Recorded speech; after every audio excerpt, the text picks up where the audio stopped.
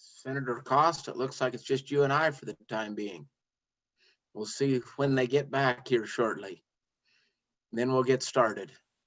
Sounds good. I guess you and I'll just have to carry on a good conversation, you know. That's right. Mr. Chair, this is Matt Garland. Can you hear me? Matt Garland, yes, I can hear you.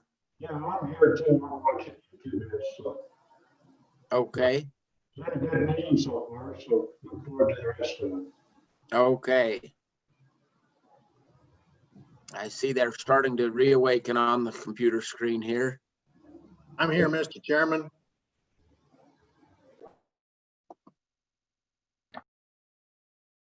And a mighty good looking man you are too, sir.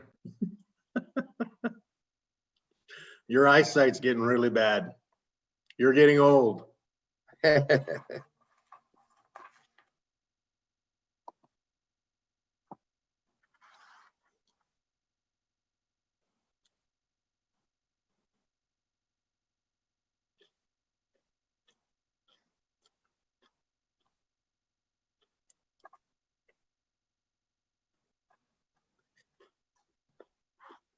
Mr. Finney, are you with us?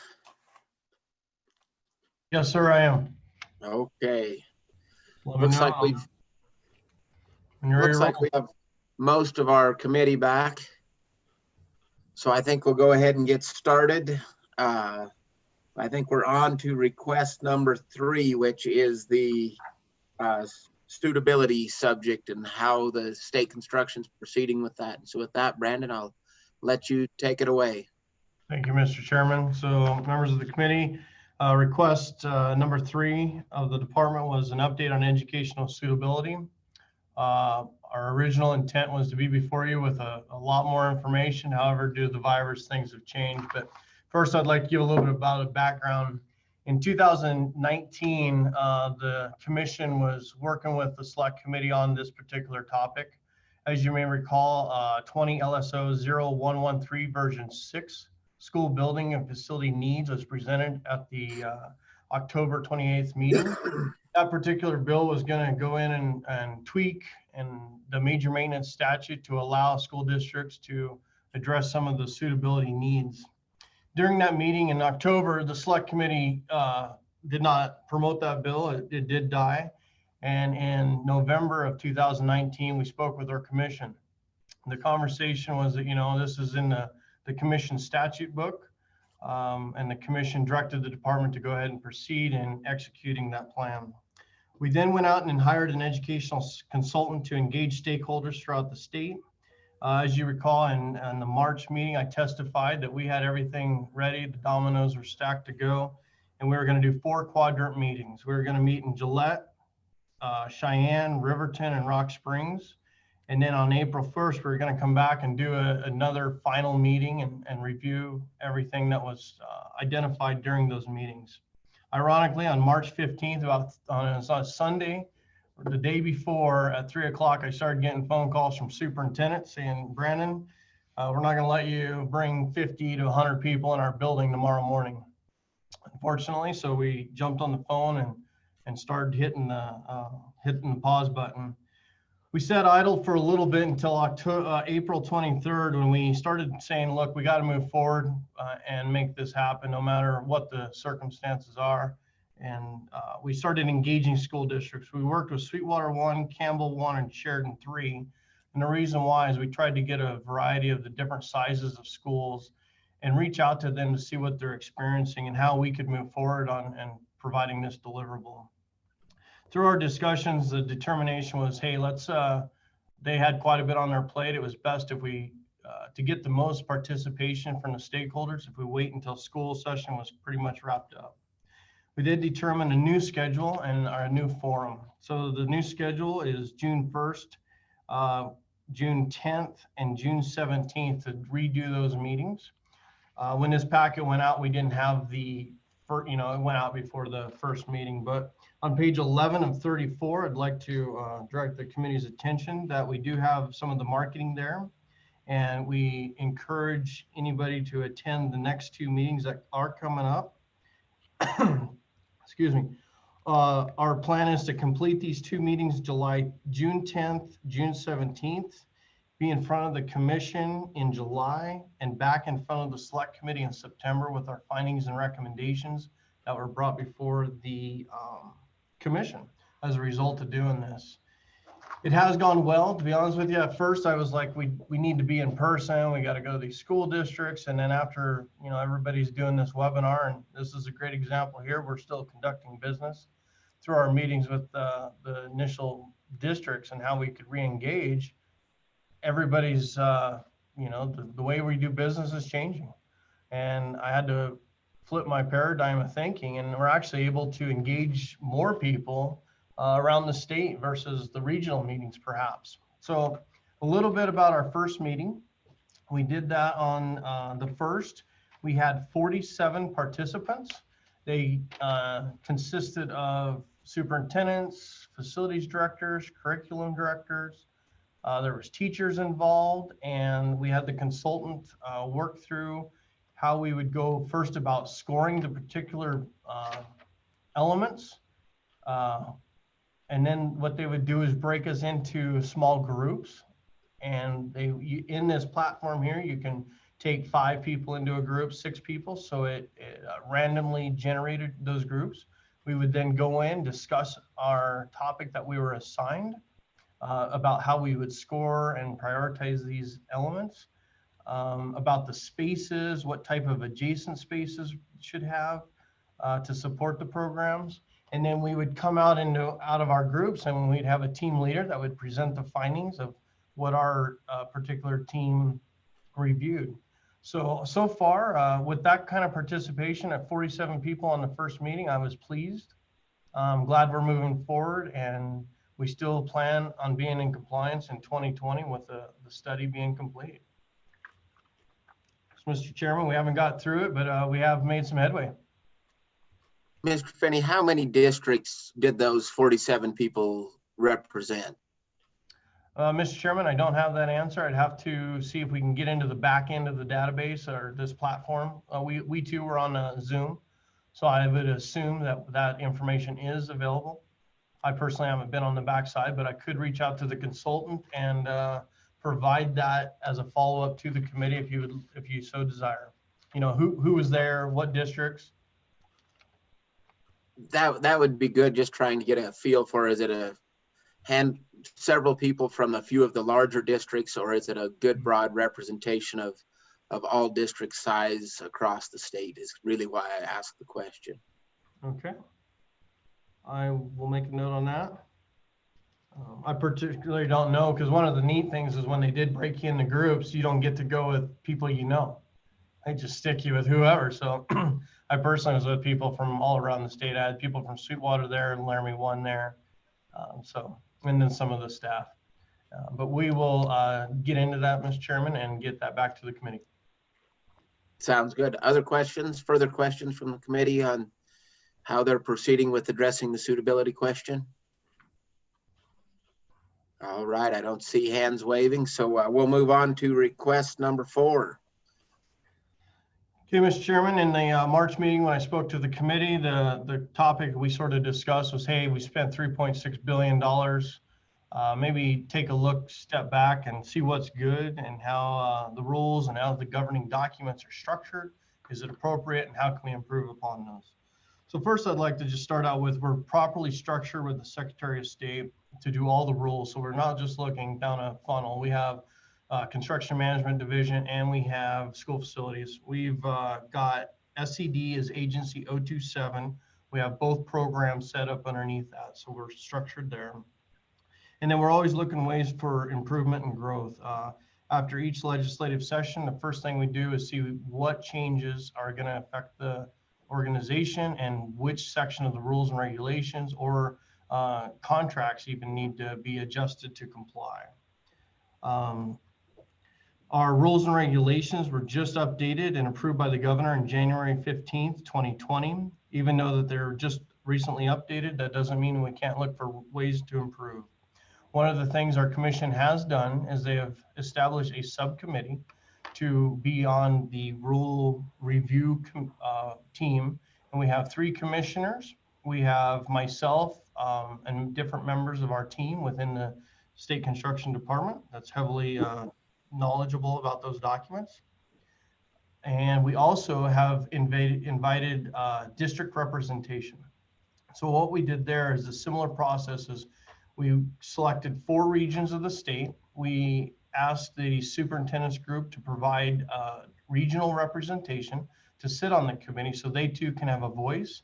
And also those regions out there can have a representative to go to talk about issues that they may see within the governing documents that need to be approved upon. So it's nice having a full collaborative team. We meet every Tuesday and Thursday from 2 to 3:30 to review these documents. And I'll just hit on a few of the items. One of the things is definition. We always want to be clear and precise in what we are talking about to the stakeholders. Some of the considerations is really defining an elementary school, high school, junior highs, middle schools, non-student related buildings, and rural schools. You know, we live in Wyoming, so we just say rural school. Well, everyone knows that's the modular, that's 30, 40 miles from town, but we need a little more structure behind that. Chapter 3, uniform adequacy standards. We talked heavily about that earlier when what is considered enhancement. Currently, our 2010 design guidelines are in the chapter 3 and define adequacy standards. However, those design guidelines are intended for new facilities, the Slades, the Carries, the John C. Schiffers. We're currently working on that as one of the biggest lifts of the subcommittee, is defining what's an adequate facility and what is considered above the adequacy standards and the enhancements. When we get into chapter 8, once we're done with the suitability study, we'll probably be coming back into that and making the appropriate adjustments. Currently, we have Appendix C, which outlines all of the requirements and how to score, but it's not been utilized. So we're gonna, once the completion of the study is done, we'll go back into that particular section and probably overhaul chapter 8, which is about criteria for identifying and prioritizing remedies. The design guidelines, we talked a little bit about those earlier. We just updated the design guidelines and the commission approved those. And we have a 2020 set of design guidelines. They're looking at the current efficiencies in energy and the best practices of building the facilities. We do have some methodologies that we do apply. One of them is the furniture, fixtures, and equipment. So the old way is that this was based upon a percentage of the cost of construction. But if your construction cost is all over the board, then it skews it. We were doing 4.2 for a remodel, and we were doing 6.3 of the construction cost for a new building because they needed, you know, it was like a capacity project. They'd need more furniture. That methodology, you know, skews because it was based upon a derivative of the cost of construction. So then we went back and we refined it based upon how many students, desks, and chairs are needed to meet the capacity, and more have it up based upon the capacity. That methodology worked pretty well. The current process, we did get an AG's opinion on the term fixture. A fixture is is an asset affixed to the facility. So those things that are affixed to the property or real estate are part of construction. Usually they have a back infrastructure to it, or they're somehow constructed into that facility. So we're currently working on making sure that that methodology is updated. Some of the things we're doing is we're looking at the historical projects that we've done. Ultimately, we will look at, we do have a consultant helping us on this. They're looking at the PICUS model and what is funded to equip the building. We'll develop a budget calculator. We have very sophisticated calculators helping develop budgets. It'll be a budget that'll be plugged into the existing calculator. And ultimately, it'll be able to do cost inflations or adjustments as well. The current one that we have looks at the consumer price index, and we'll copy a similar approach on that. The other methodology that we have is capacity. As you guys are fully aware, our capacity is one of the items that is needed in becoming needing to be met in order to become a capital construction request. So we get our capacity numbers from WDE. They usually get it 3 times a year. They get it in October, March, and at the end of the school year. The SCD calculates these capacities using the October numbers, and we complete that in the end of December so that come January, we do our facility planning process and we can have that information. One of the things about capacity in education is there's a lot of different ways that the enrollment is reported. We have adaptive education, distance education, virtual education, remote education, independent study, technology learning, dual enrollment, and concurrent enrollment.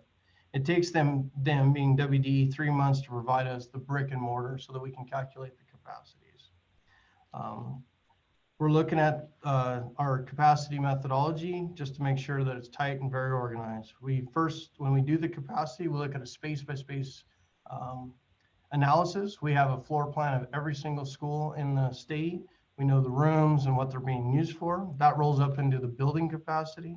And then we can calculate capacities on a campus level. Finally, we can roll all that information up to the district-wide level. And ultimately, we do exclude rural schools because you can't tell a school district to, hey, there's a room out there to bus a couple of kids out to a modular 30 miles from town. So we do exclude that, but our capacity will be looked at with the subcommittee and see if there's also any room for improvement on that. Mr. Chairman, our capacity methodology, I did include on page 15 forward, just as some information also for the committee. And that's sort of where we're at in updating our governing documents. Our plan is to be in front of this commission in June with an update, and then July we'll continue to see how far we get on the subcommittee overhaul. Ultimately, our rules and regulations do go before the select committee, so I imagine in September we'll have two things for you. We'll have an update of where our rules are and what improvements will be done for 2020, as well as the suitability study and the findings. Mr. Chairman, I'll stand for any questions. Mr. Finney, on the FF&E, FF&C, or FC&E, excuse me, will districts likely end up with more money or less money with the new way of computing this figure? Is there pushback from the districts in this regard? What's some of the feedback you've been hearing while you and the commission have been developing this? Well, Mr. Chairman, we haven't got to, that's the big question, is it going to cost more or less? Our first meeting to go through the calculator with the consultant is on the 30th of this month. And ultimately, when we look at our construction budgets, it's either going to come out of the cost of the general contractor to affix those projects or those components to the building, or we have another line item for this particular cost. It's going to get included in one of those costs because ultimately when that building's done, they need to open the door and be able to utilize it and have it functioning. So we haven't got down to, I haven't seen the numbers yet, but we'll have our meeting and the building will be equipped to provide the educational delivery. So are you hearing anything from the districts? Are they just not liking change, or are they okay with it, or have you had any feedback? Mr. Chairman, I've had one district approach me and just asking some of the same questions. The problem I'm faced with is we're a little premature in knowing those numbers. Until we see that calculator, we look at all the back end data, what's producing that. It may be more, but it may be less. I don't know yet. So I have had one concern asking, hey, am I getting more money or am I getting less money? That's what they want to know. It really boils down to how much money am I getting? Sure. And until we run that analysis, we don't know. However, I will say though, we'll be able to tell because we have plenty of data that we've built several, dozens of schools. So we'll be able to know, hey, is this about where we should be? Can we equip a facility with this appropriation amount? Okay, thank you. Representative Summers? Mr. Chairman, thank you. Brandon, I might have missed this, getting kind of caught up here. Did you go over what the utilization rate is and how that, is that something that's the next thing in your discussion, or did you, or was that part of this discussion and I just missed it? Mr. Chairman, through you, Representative Summer, the utilization rate is outlined in statute. So that's the 85% when we calculate the capacity on the middle school and high schools. So follow up, Mr. Chairman? So, Mr. Chairman, Go just, ahead. I guess a question back to you, Brandon, as we look, possibly to save some money. One is, does that utilization rate, is that a standard number that the 85%, let's say, is that a standard number used across the country to determine what it should be? How did we arrive at that? Because that seems to ultimately lead to the amount of space, right? Which means leads to square footage, which leads to cost. So is 85%, was that best practices? Was that a number picked out of a hat? How did that come about? And could that be altered to save money? Mr. Chairman, I may have to rely on one of my team members as an expert on this particular section, but it is outlined in statute that says the 85%. Now, where did that number come from? I had never done my research to say it came from, this session law and what the discussion was around that. It definitely has a financial impact to the state, 100%. Not only does the 85% have a financial impact, but also the restricted capacities. We're going off of the 16:1 ratio on the K3 configuration. So if a room has more than 16, and we presented this to several, it may have been 2019 or 18, I can't recall, but if they have greater capacity to hold maybe 20 students in that particular room, we still restrict it and cap it off at 16. So, Mr. Chairman, just a quick follow-up, and Brandon, maybe you can give me some information on it. I'm wondering, and maybe Senator Wasserberger's got a lot of history on all of this. Maybe he has it in his head. But I would like to know where 85% came from, and what's the, and if we switch it to 90, would that mean that we would save X percent in construction? So as you move that number, what would it actually save us in construction costs if we moved that number? And so that would be my question back to you to provide me at some other time. Brandon, I'll let you work on that. Representative Larson.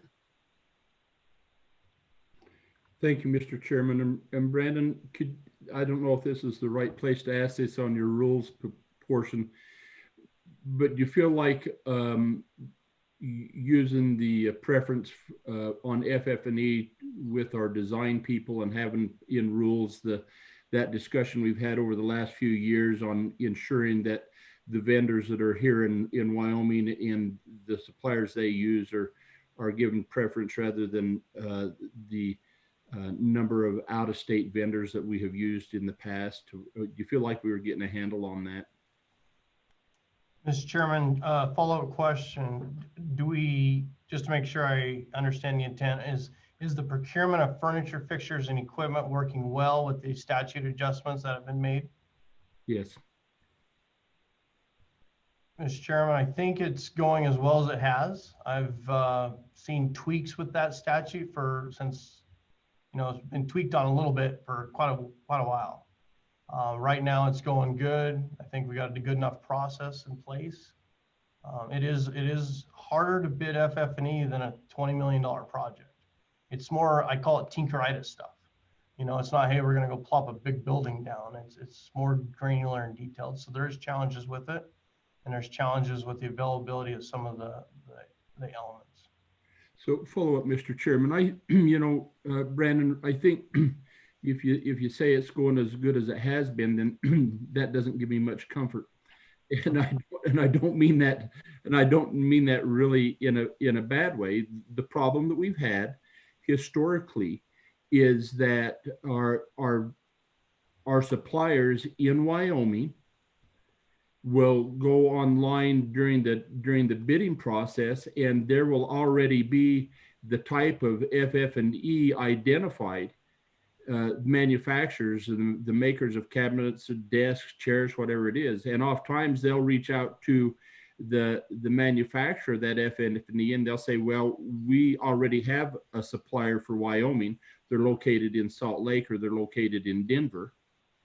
And thank you, but they'll take care of that. And that's been real problematic. And so what we've tried to do is reach out to these vendors or these suppliers that live in Wyoming and say, who are the manufacturers that you use ahead of time, so that we can make sure that those are specified in the documents or equal to, and try and eliminate these rascals that live out of state from coming in and not having any presence in Wyoming and getting these state projects.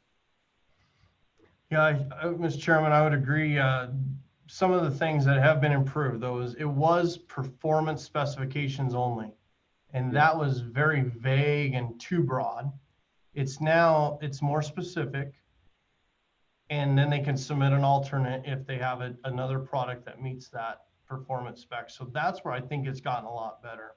The problem, and I've testified to this committee for about not this year, but last few years, is it's the supply chain. It's like a Dodge dealer. You can't go sell Chevy on a Dodge lot, and the supply chain from the wholesaler to the retailer is locked and fixed. And it's a little different versus most products. Han or Verco or whatever these companies are, they have very specific contracts in place, supply chains in place, and regions, and it's challenging in how they're structured. So follow up, Mr. Chairman. Follow up. Well, I know it, but I think the burden on us as a state agency then is to say, fine, if you're not going to find somebody in Wyoming that can sell your products, then that's fine. You will not be the specified. If Steel City doesn't have a distributor in Wyoming that's from Wyoming, we won't make our specifications around Steel City. And that's what we've started to do around some of these other state buildings that we're building right now, the Life Resource Center, the State Hospital, and the Casper office building. The University of Wyoming working along that way. And I'm hoping that on our school side, with the considerable amount of FF&E that we have there, that we would make a similar effort to make sure that we're trying to accommodate our distributors in Wyoming. Definitely. Well, Mr. Chairman, I see Paul has his hand up, and he probably has some great insight to this, but I do know that the architects and districts do reach out to the local vendors that do provide products when developing the bids. So that's some of the pros that have been happening, and trying to get them engaged in developing the specs and what's out there, and from a Wyoming preference for Wyoming suppliers availability. Mr. Severson? Thank you, Mr. Chairman. One of the observations that we've made in our procurements for school facilities, the FF&E, and I don't have the number right at my fingertips right now, but we could get it. But I do know that local vendors for at least the last 2 years have been getting 90% of the work. And I can verify that number. I just don't happen to have it with me right now. But I do understand what the representative is saying. In the past, we used to see when awards were made, most of the vendors were not within the state who were supplying these materials to our school projects. But I can tell you that there's been a real turnaround on that, because by far the lion's share of it is now going to our Wyoming vendors. So I do believe that that has been very successful.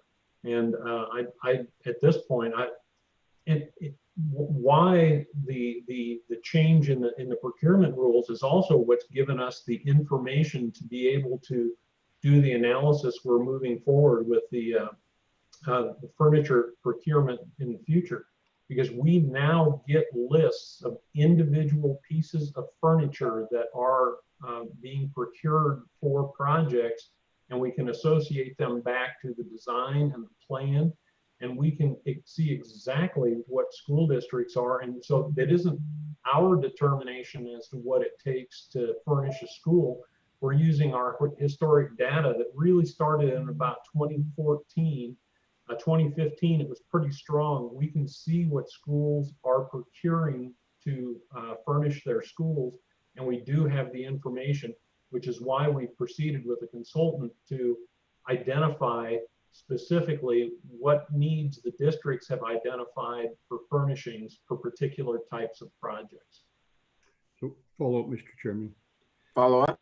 Well, and Paul and Brandon, I would just say if you've shifted now to 90%, I would just extend my appreciation and congratulations. That's a big shift, and you're to be commended for doing that, and hope that you'll just keep your eyes focused on that, and would follow up, Mr. Chairman, by just saying good job if that's indeed the case. I would be interested if you could give me a little more of that, Paul, just at some time at your convenience.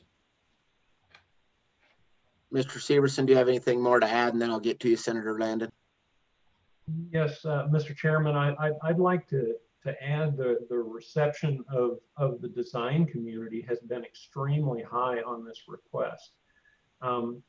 We did see at a point of time, and especially when we were at a period where a lot of our design talent was coming from outside of our borders, now that we're seeing a slower deployment of funds, we're seeing more of our in-state design teams are actually handling this work.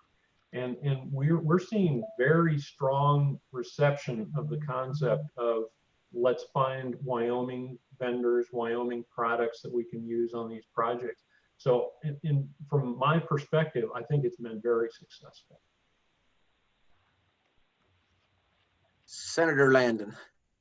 Mr. Chairman, just to put a final note on that, I would remind the committee and Senator Rothfuss and Senator Bebout, those who have been around this committee know we've spent the last 5 or 6 years a lot of time on this particular issue. Worked very closely with Senator Peterson and with Representative Laux and others, and the department has really responded. But I want to tip my hat as well to this select committee, because that's where a lot of this conversation began, and we've really made some great ground there. So you know, sometimes it takes a handful of years to accomplish some of this. Thank you, Mr. Chairman. Representative Freeman. Thank you, Mr. Chairman.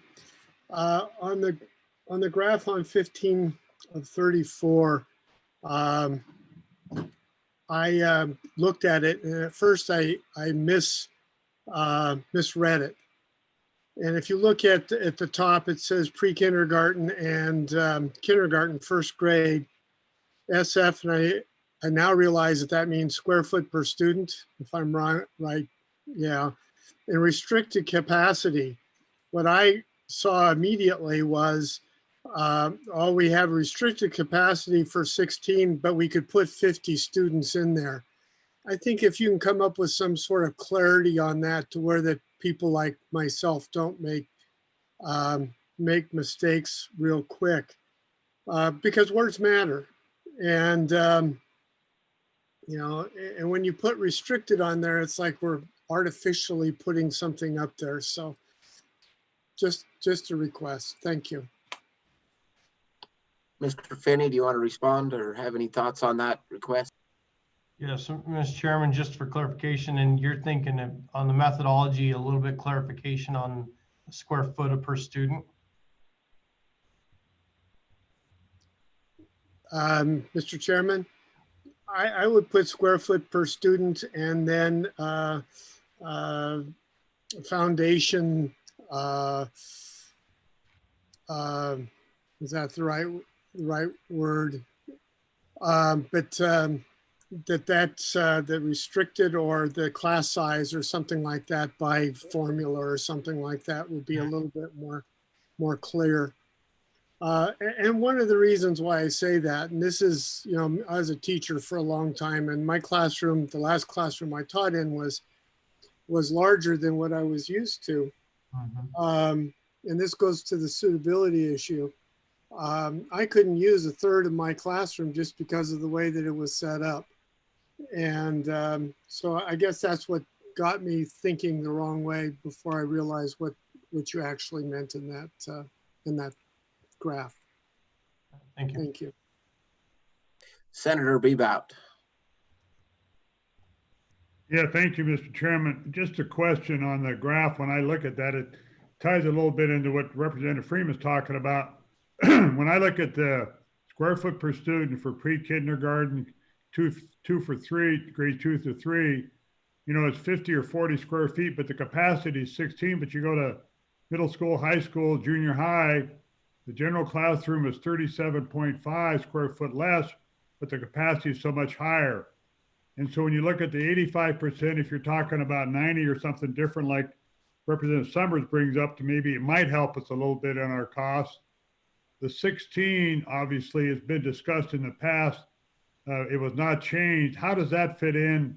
When you look at the square foot per student, restricted capacity is 16, the 85%. Is there a way to monetize or look at this in a way that we can have some good information? As I'm sure this debate will go on, should it be 16 for K through 3 or 18 or whatever?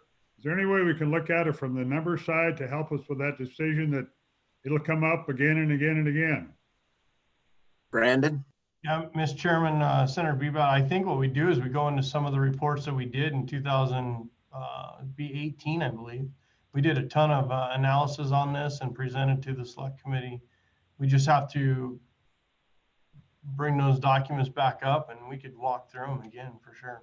Or we could provide them as a follow-up or something.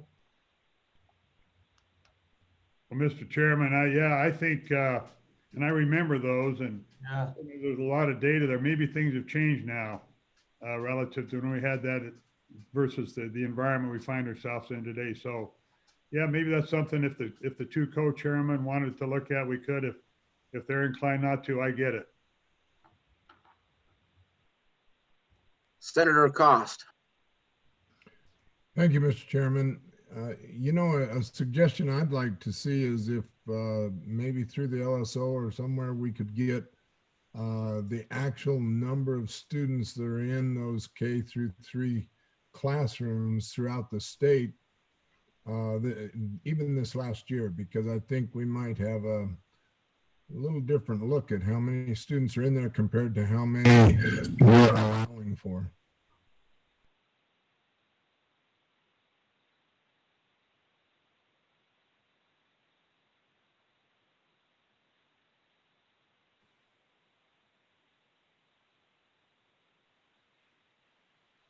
So Brandon, you took a note on that, and we'll discuss it again here at the end of the meeting, but I think we would probably want a little follow-up on that, and maybe for our next meeting, just kind of those numbers and what it would look like on a cost of construction basis if we were to adjust those, and how we could tweak them slightly and what kind of cost savings we could then see. That's really the whole goal. I think we all recognize we're in a constrained financial times, and so how can we make minor tweaks that have some impact on the financial side with limited impact on the classroom side? Mr. Chairman, just to double check and verify, essentially cost savings if numbers are adjusted. So if the number is 85 and it goes to 86, what's the cost? 87, 90, whatever that is. And then the capacity, same thing. Nice, Something to that, clean, accurate. Something to that effect. And then, if you went from 16 students to, I think last numbers I saw is we actually averaged closer to 18 or 19, what's that cost change going to look like, or cost savings? And Yep. And we Mr. Chairman, we've been through that, and right. I know we've been through it, and maybe we can dust off some of those numbers as the committee gets a little rusty on occasion. Yes, sir. All right, Senator Rothfuss, thank you. Yeah, thank you. And Brandon, you talked about this a little bit, but I mean, these capacity factors aren't just arbitrary numbers that we use to come up with a budget. My understanding of the capacity factor really is a utilization rate of the building at any given time based on whatever is considered to be the optimal efficiency. And when you have a structure for education, as you have in a middle school and a high school, which is different from what you have in an elementary school, we're kind of forced to calculate a capacity factor differently based on what the maximum utilization rate is. So we can look at these other numbers, but isn't this 85% just really based on this is the right answer, or do other states use different capacity factors as a reasonable alternative? Mr. Chairman, to answer Senator Rafa's question, I am looking up some of that information. So a little bit about how, and I haven't dug into all this in detail, but this is the same question Representative Summers asked, is where did this come from? So I'm looking at, it talks about a study that was done by the Wyoming School Facilities Department. It was completed on October 22nd of 2012 by a consultant called Emergent. If you guys want to look at the minutes from LSO, it's October 29, 2012. There's minutes there, and it goes through sort of, and I haven't read it because I'm in the middle of this conversation as well, but it talks about the history and why this was set at the 85% utilization. So they've gone through this process and haven't analyzed this and set it at a certain region. So perhaps, Mr. Chairman, what we could do is, like you say, let's refresh some of the data. We could look at the adjustments. We could also maybe bring up this study. We could take snippets out of it to say, hey, the foundation is set at 85% because of this study, these items, and just relay it out to make sure everything's fresh and current. And then if the committee or whoever wants to make any adjustments from there, at least the facts are on the table. I think that'd be good. That way we'll have the history behind it and be able to review that and ponder that. And I think Senator Rothfuss has a good point. Maybe these numbers are here because they are just, that's the way the equation works out. But it also, having that extra information, that background, will let us take another look at that in today's environment as well. Senator Rothfuss. Thank you, Mr. Chairman. Yeah, and I was on the committee back when we worked that, and I think Senator Landon was, and I think Speaker Harshman was also. I don't know if anyone else was for that. And that's what I'm remembering as kind of the basis for it, that we went through that and we looked at alternatives. But I think it's a great idea to get that information back out again, and maybe even just dust off and circulate that report. We all read it again. We know why we got to where we are. That would be handy. Thank you, Mr. Chairman.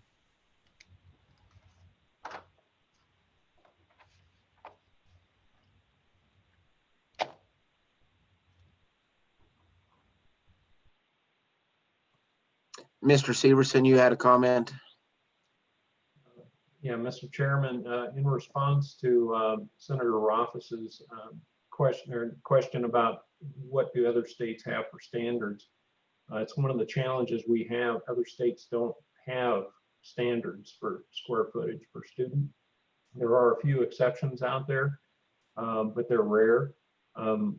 Brandon does sit in on the meetings on a national level, and he could probably reflect some of the discussions that he and our former director had with some of the peers that they have. But the kinds of regulations that we have in regard to school, most states don't have them on a statewide basis. They're usually determined at a school district level.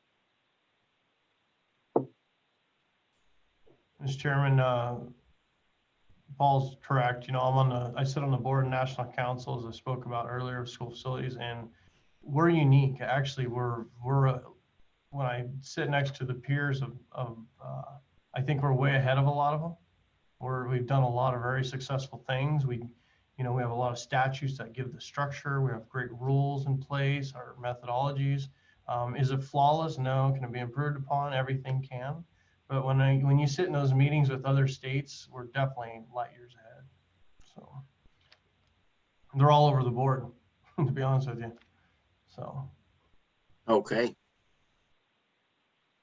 Very good. Further questions?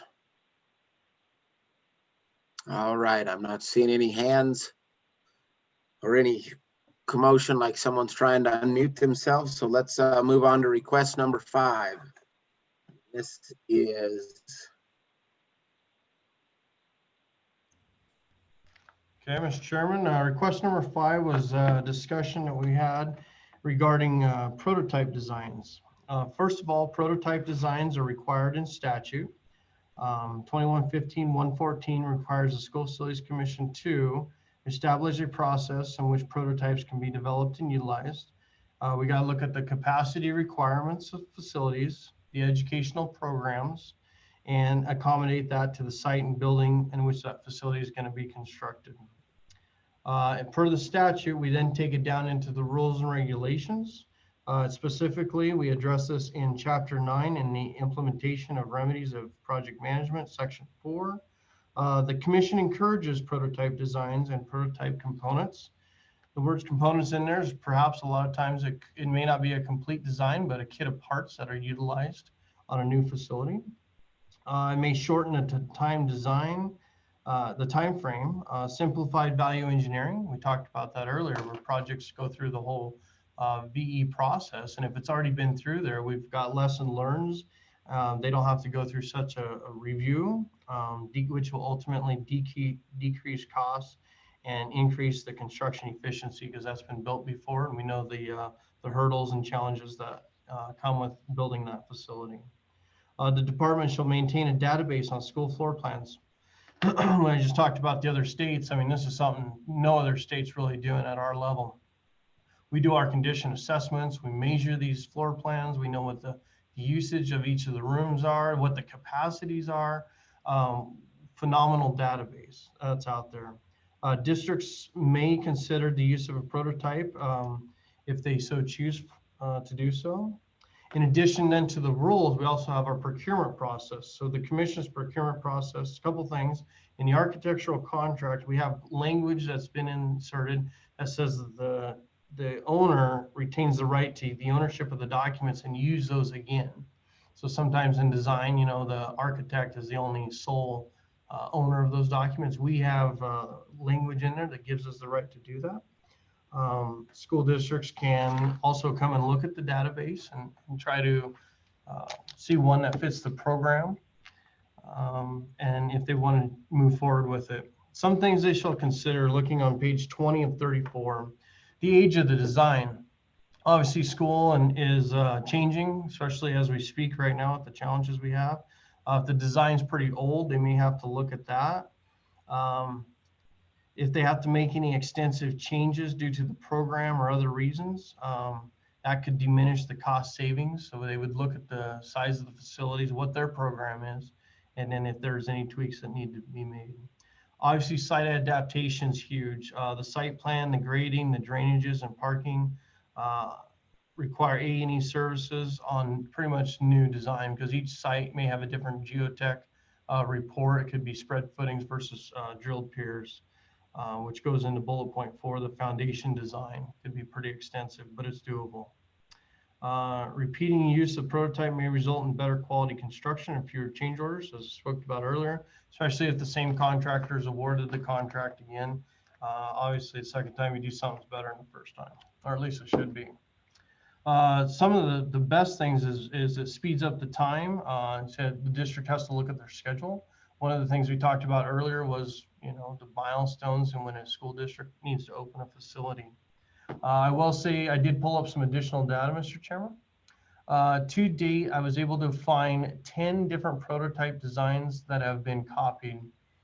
Sheridan 2 did 3 of them, and it worked really well because they took the same design and mass produced it within their school district. We have one that also went on in Campbell, Laramie 1, Sweetwater 1, and then there's a Natrona 1, and then there's a couple where, for example, in Park County, they took that project and moved it over to Johnson County. So one school district can go look at the database as the program's laid out. They can say, hey, that meets our requirement. It's about 350 kids. It's in the K-5. They can grab that school, bring it over the hill, and put it down in Johnson County. Total buildings that I was able to find was 22 prototypes have been done. And ironically, as we speak today, the 23rd is being negotiated. The legislature in the last session, appropriated money for the new 5-6 elementary school in Laramie 1. Today, they're going to take the model that they did for the Meadowlark Elementary 5-6, and they, as we speak, are having meetings with engineers and architects and the school district to do just this particular thing, and they're meeting at the school district right now to implement a new 5-6 that they've already built. So the process is in place and it's being utilized. Works good on the bigger school districts that repeat the same school district or same school building multiple times. Representative Summers. Mr. Chairman, thank you. So the reason I brought this up was one, yeah, it's back to local control, but we could require the use of prototypes. And the question to me is, okay, this is good information, but does it really save us money? So if we were to want to go down some path of requiring the use of prototypes, value added engineering, whatever, as well, how would you save any money? And so that's the question that I think we need to have, or that I would like to have answered, is if we actually went down a path of requiring that, and I know that's not local control, but frankly, these schools are too expensive that we've been building. And if we went down that path, would we be able to save money or not save money? And if so, how much money? I mean, if you're only going to save $100,000, there's no reason to go through the bother. If you're going to save millions and millions, then maybe there is. Mr. Chairman, through you, Representative Summers, I'm going to take an example of Laramie 1. When they built 4, they did Sunrise Elementary, Baggs Elementary, Saddle Ridge, and Rossman. First, looking at the design side varies from $442,500 to $853,035. So the design side has massive deviations, but it depends upon where they went on that site. So they may have had to redesign the complete foundation system for that particular site. It could have been a massive export or import of balancing of the site. There could be additional offsite infrastructure and utilities needed to be designed to bring in. So design side, we have variations, and let me just run through some of these costs. 643, 853, 478, 442. So they're all, 2 of them are in the 400s, one's at 6, one's at 8. So they're pretty stacked close. Now on the construction side, it depends upon the market. So they were done between 2005 to 2008, and they range from 194 to 243. So it depends upon when they bid that project, and is it during a COVID-19, maybe numbers were really tight, people were looking for work, or 3 years later they do the same prototype, the economy's rolling, then they bid the same project, they're going to get completely different numbers. So I tried to dive into just that, is what's the savings and analysis. And I think on the design side, I would say my review is it depends upon the site. And on the construction side, it depends upon the market at that time. Unless you're going to do multiple right off back to back. So, Mr. Chairman, just to follow up. Mr. Chairman, thank you. So, Brandon, it would seem to me that you could at least look at those prototypes and compare what they cost compared to similarly sized schools. Did they just fit right in the average? Were they cheaper? It seems like there should be some way to evaluate that. Yeah, Mr. Chairman, Representative Summers, I don't know if they're significantly cheaper. I think my opinion, it saves time. You've already got a foundation and a design that's done. You've been through the VE process, and you know all the change orders that are associated with that project. In order to open the gate and get going on a project, that's the biggest pro that I see, because you can't control the market. We don't know if things are going to be up or down. And the sites all vary. And I know right now today in the meeting, that's one of the meetings, is which site are they going to put the new school on? And if they tell the architect it's going to be A or B, the architect's probably going to come back with 2 different prices depending upon that site, once he does his evaluation and he looks at the geotech reports.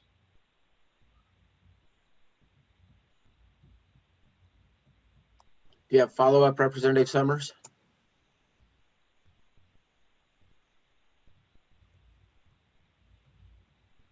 Any further questions?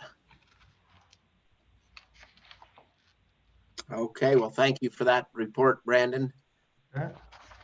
Moving on to our request number 6. Yes, Mr. Chairman, what I would like to do is request number 6 is about the component level process. I'd like to turn over to our team member, Troy Decker, who is management on this particular component process, knows it very well, and walk the committee through where we were and where we're at today and how the process works. Sounds good. Troy, you're up. I see you're on the phone here. Yes, Mr. Chairman, can you hear me okay? We can. Please proceed. Okay, thank you. I'm Troy Decker, Planning Supervisor for the State Construction Department. And so on page 21 of 34, we're looking at just an introduction with regard to the component level projects. So back in the day, if some of you may recall, there was a funding category named minor capital. And historically, what happened is through some IBS sessions around the state and legislators and districts and the School Facilities Commission was involved in those. And it was decided to basically end those minor cap projects. And so with that, though, came a kind of an inadvertent gap in funding between major maintenance and major capital. So as you recall, major capital drives building remedies. Major maintenance can be buildings or individual, elements within buildings. But there was this gap that major maintenance couldn't cover in some instances. For instance, you may have a very small school district, maybe Sheridan 3, and maybe their roof costs, $400,000 to re-roof. They only get $95,000 a year. So, would they realistically save up for, X number of years, 4 or 5 years, and do no major maintenance whatsoever just to cover the roof? And that seems a little unrealistic. So anyway, there was basically some discussion and stuff. And through that process, the School Facilities Commission, at that time, then the State Construction Department eventually, and the legislature kind of came up with an idea of this component level project procedure to fill that gap. So so we've been using that for quite a long time. So I'm going to go through just a couple things here, but basically over time we've really improved this process, and that's what I'm going to discuss with you today. So down there is on page 21, just above conclusion, there's that last bullet point, and the improvements are kind of spelled out there. So all aspects of the request, so districts are able to ask for component requests, and then it goes through a process of valuing those requests and prioritizing those requests, et cetera. But all of those requests are really encompassed in a single Excel spreadsheet or workbook per request per district. And a district can have multiple requests, which means they have multiple Excel workbooks that they that come with instructions and a form and stuff like that to fill out. So improvements over the years is step-by-step instructions. We have a streamlined and simplified format, and then the same form is used as the district prepares and submits their request. It is used by our project managers, and as you well know, we request out of the 4 quadrants of the state, out of school districts, representation. We're looking for 4 superintendents, 4 business managers, and 4 facilities directors. That doesn't quite happen always that way, but we request and usually get 12 volunteers to be on the committee to score these things from the districts and then prioritize eventually. So with those improvements, I want to turn over to page 22. And this is just the next 3 pages, 22, 23, and 24 are just instructions. So we have a step-by-step instruction, and it takes them, through the form. What do you do? How do you do it? When do you do it? And stuff like that. On page 25, we actually put together a very thorough schedule. And the school districts is through the condition assessments, we identify for every component or system within buildings across the state, we identify deficiencies. And with those deficiencies for each of those components are notes. And those notes really tie to why did you get a score and what deferred maintenance value was generated. What deferred maintenance do you have that generated the deferred maintenance value in that different system? So every year we review these scores, especially low condition scores, particularly with all the school districts, and we're very proactive in helping them plan. How are you addressing your low condition scores? Do you have enough money? There is this component level project request process that you can follow if you're struggling with major maintenance, and we actually train them. So in December, and this is off year, so we don't do this. We make requests now for every biennium budget, not for the off years. So in other words, during the supplemental budget year, we're actually giving the districts about a year's process of preparing for these on the off year so that we can be ready for the biennial budget cycle. So in December, we do a training webinar with them. Then they get about 8.5. I am on page 25 again, just looking through that quickly. 8.5 months to develop their requests. We have the project managers. Our project managers are available and help the districts as needed. We also have a follow-up webinar at the end of this month, early July. We have a follow-up webinar, bring everybody back in, make sure everybody's doing well, retrain them, make sure they're getting ready for the submission, which is in August 31st of this year, they will submit. So they pretty well get from the end of December through August, up to about September 1st, time to prepare for these requests with all the help needed that they need. The project managers, it comes in, they're submitted, the project manager's first score, and then the committee represented by school districts then scores also, and it leads to a composite score. And then we meet with the whole group in Casper usually, around October or so, and we have a final prioritization list. You look at all the scores, look at what happened, and they basically do a final list for the commission consideration. And then after that, basically, we review that during the facility planning process from about January to April. And then we do, and of course, it was presented to the School Facilities Commission for consideration of approval. Then we kind of show them the results of that prioritization in the facility planning process. And then, of course, eventually we have budget considerations or recommendations by the commission to you, the select committee, on potential projects to move forward with for recommendation. The next page is the one I really want to spend a little bit of time on because it's the nuts and bolts. That's page 26 of this process. But briefly, Troy, following I'm that. going to hold you up. Troy, I'm going to hold you up for just a minute. Representative Summers has a question. Okay. Go ahead, Representative Summers. Mr. Chairman, thank you. And I guess my question is just give me a review of what kind of projects can be used for component level. And so in my mind, so I want to understand what are the criteria for that? Because in my mind, component level are really large things that if they fail, you could have a school fail. So I think of a roof, an HVAC, a boiler, something like that. And then I see parking lot, and I'm struggling why parking lot would rise to that level, other than it's just I guess a big maintenance item. And so, kind of go over what was allowed into a component level, and just go over what was allowed into the component level funding structure. Thank you, Mr. Chairman, Representative Summers. Thank you for asking that question. Here I'll refer you to a previous page I just kind of jumped over quickly. But before that, I want to say this.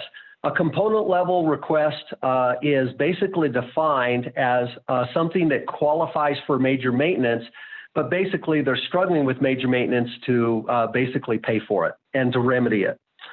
So if it qualifies for the definition of major maintenance, then no matter what it is, it's existing, right? Replacement or repair, then it qualifies for a component level request.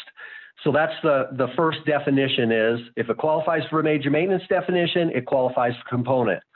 And then on page 24, Representative Summers, it might be easier to answer your question by saying what doesn't qualify. That may help you understand what does qualify.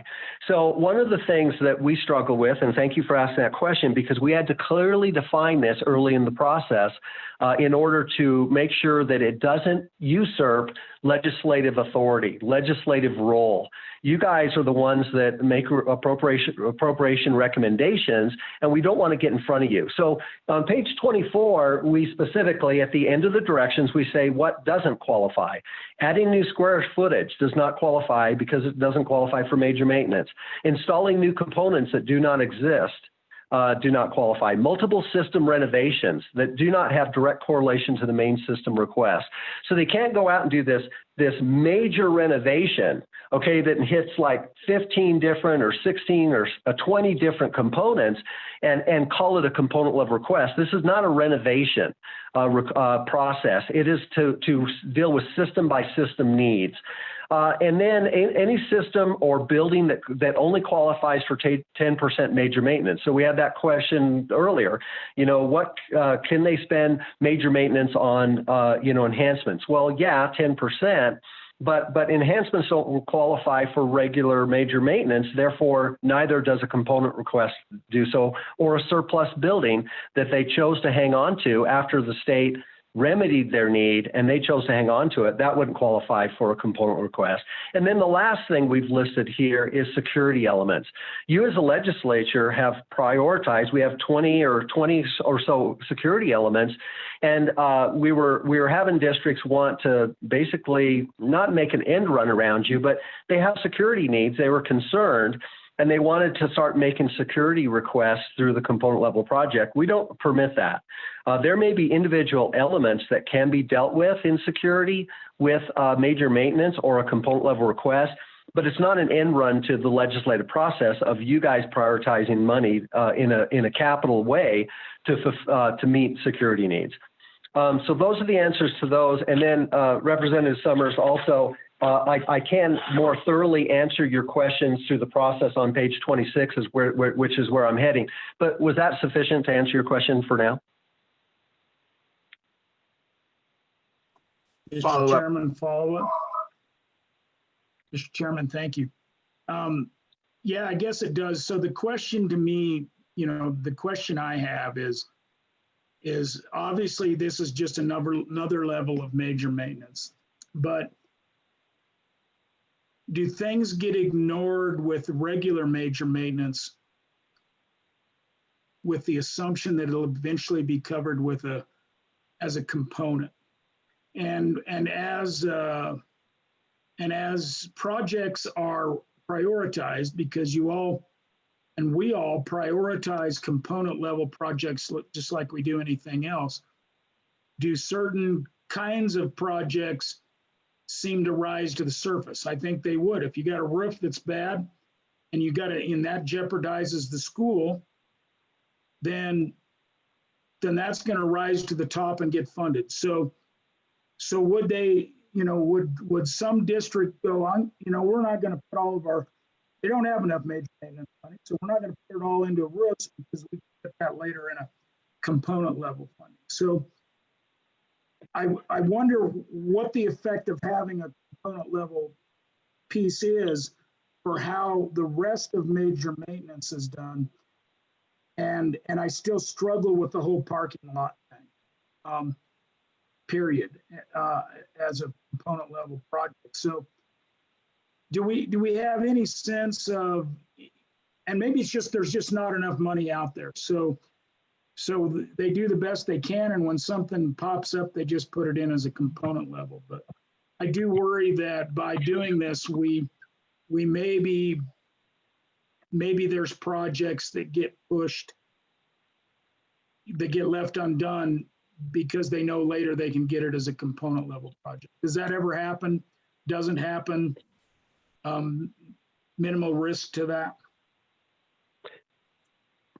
Mr. Chairman, Representative Summers, yes, it does happen. And I think that there are varying reasons for that.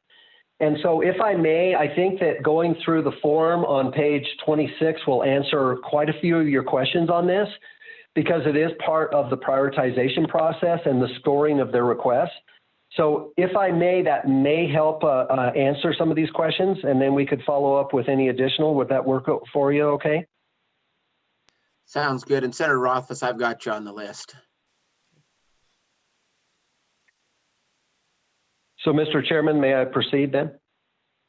Please proceed, Troy. Okay, thank you.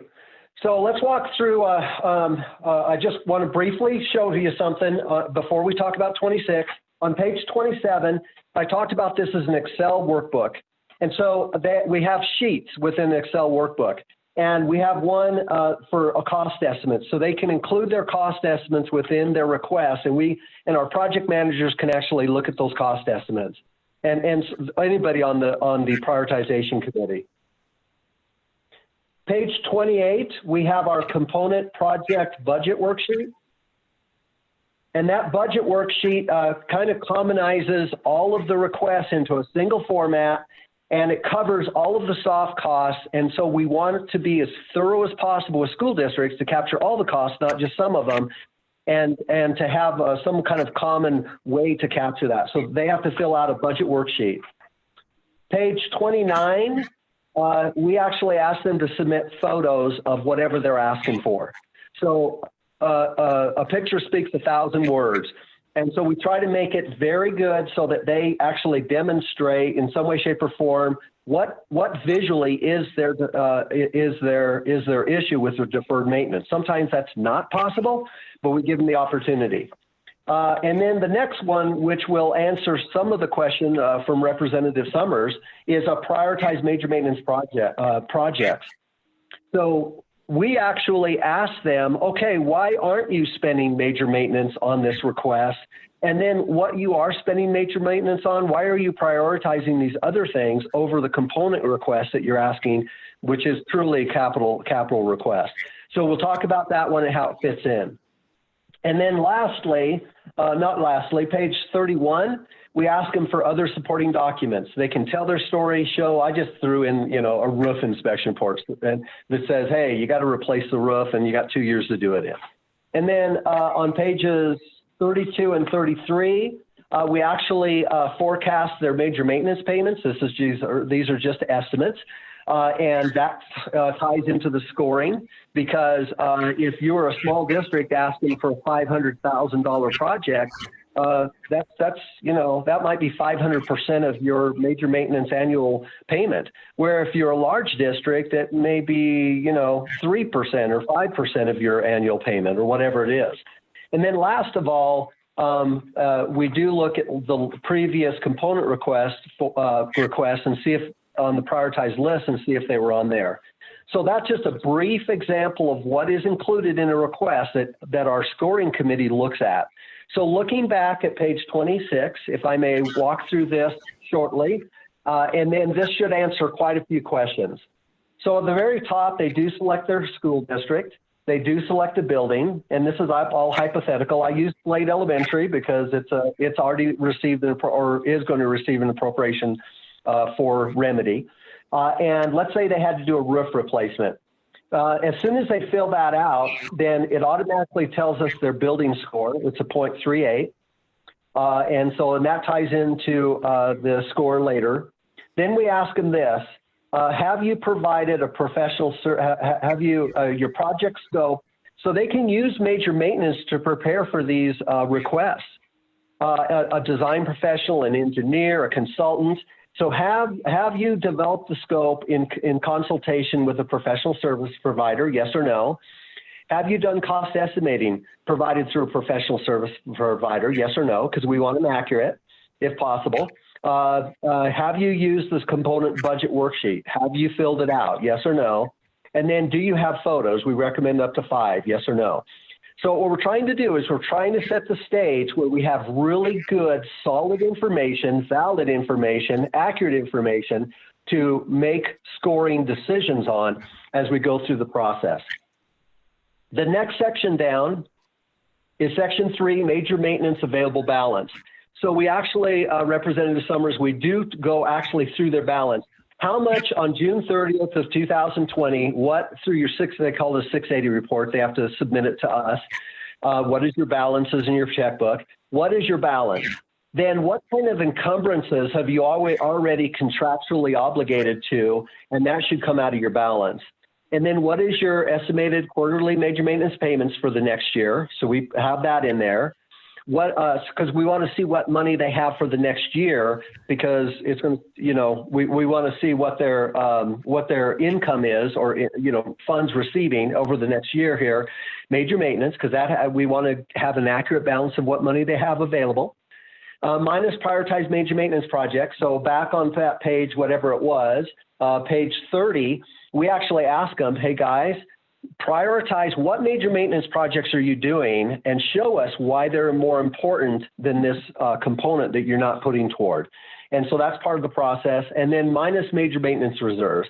All of us have some kind of a reserve in our lives, and so do districts. They want to have at least some kind of major maintenance sitting there just in case something happens. They don't want to just be completely out of money to deal with it. And then that leads to an available balance. So that's a lot of things, but that available balance gives us a really good idea of how they're using their major maintenance, what their priorities are in the future, and what monies are coming in and what monies are already obligated. Next one down on 4 is main system requests. This is actually where they define, this is what I want to ask for. So, you know, is the building educational? Is it administration building? Is it support? What's the purpose of the project? Is it condition? Is it, safety? What is it? Give us a work order number in our AIM database. We always work through the AIM database. What is your project description? That's a literal description out of our condition assessment. What is the score for that system? We already have that through the condition assessment. So we ask them, what is the score? And we verify that. What are you asking for the project, or what is the project estimated to cost? And then the district major maintenance contribution. District, are you willing to put money forward to address this need and supplement or pay for part of this component? Maybe they have 300,000 or 200,000 out of the 800,000, and now their true request is going to be 600 and some thousand. So we give them the opportunity to contribute major maintenance and to show that on this. And then down below there, they may have some related systems. So down below here on the bottom part of page 4.0 are other things related to this. So sometimes there are related systems, like for instance, this is a roof coverings, but they have some roof structural systems that need to be dealt with. And some site drainage needs to be dealt with because it's coming off the roof in the wrong places, needs to be extended beyond the sidewalks. It's a safety issue, but it has to specifically related to the roof and how the water leaves the roof. So in this case, there are some, and they have to demonstrate those relationships between what they're asking for to supplement the main system. And then also on here, right to the left on bottom of that is percent of major maintenance payment. So yes, in this case, if it was truly a request for 600 and some thousand from Albany 1, that would represent 22% of their projected major maintenance payments that's going to come in this next year. Sometimes it might be 500%, and we'll talk about that below, how that's scored. Then we ask them additional scope details. Talk to us about the project. Give us a little bit of information beyond just what you're asking for. Why are you asking for what you're asking? Give us the story. Give us the reasoning. And then the next six is how do additional affected systems relate to the main system request? So we're staying away from these multi-renovation requests by saying, hey, listen, you know, if you're talking about a roof, but all of a sudden now you want to do flooring in the building, it's hard to demonstrate and tell us that there's a correlation between the two. So we always ask them to do that. And then number 7 is potential effects on school operations, including possible closure of building. So we want to know, hey, if you're really asking for a component level project and you either don't have enough money, major maintenance money, or you're limited to how much you can contribute to the project, or whatever the situation is, how does this problem affect and have an impact on your operations and on your closure? Is it going to lead to a closure of a building? Can you not use it? Is the parking lot so bad that it's deteriorated so bad now it's a safety issue? It's very soft. People can't drive on it. What is the issue there? Number 8 is the previous component list. Did you request this in a previous component list? Has it been vetted before? In this case, I just made it up. It was number 16.